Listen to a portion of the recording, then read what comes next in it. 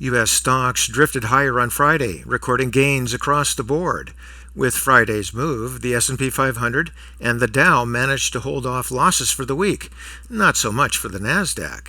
And with less than a full week of trading to go, the markets are on pace to finish off the worst year for equities since 2008.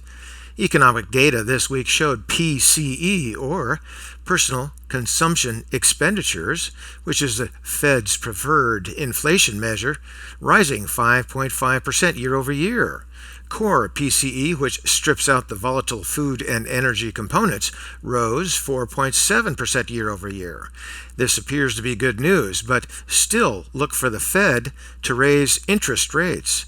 The benchmark in my book is that the Fed wants to raise the Fed funds rate above PCE.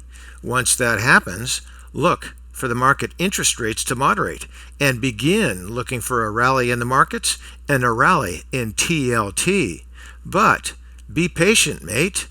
We're not there yet.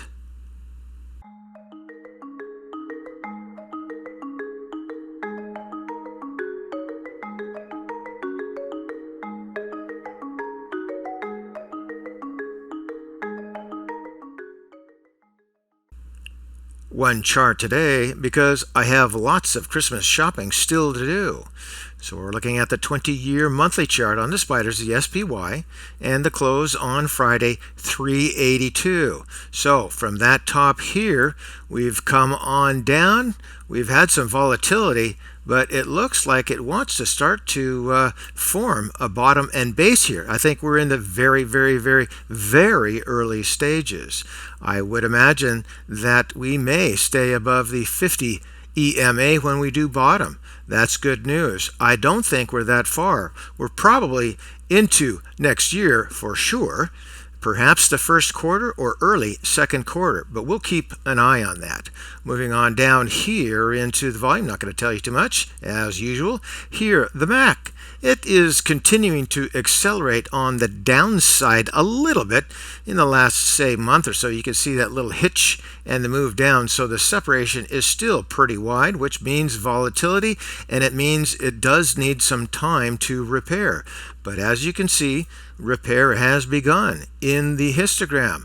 We've definitely got 1, 2, 3 months of improvement, but we're still very negative at -10, so we still have a long ways to go.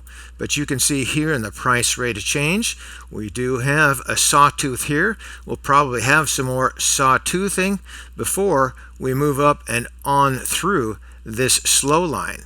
So again, time will tell. And you just need to be patient. Here, relative strength index at a weak 44.18, but sawtoothing up near that 50 or midline, which shows it wants to strengthen. Keep watching that as well. Here in stochastics, this is getting a little anxious. The fast line moved up to the slow line. I'm not sure if it's going to get reflected back. It actually may want to come through, which would be good news. But again, look for a bottoming and basing. That's going to take a little bit longer. We're not ready yet.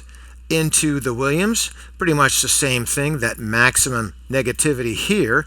We're well off of that, but we're coming on down here. I kind of doubt we'll go back into that -80 to -100 territory. It's possible, but watch for this move to come on down here and then maybe reflect back up off of some level around that -80, and that would be good. That would show some improvement, and it would start to head up to that 50 or midline. So this is one of the first oscillators that we will see improve. So watch that closely. Back up to the price chart.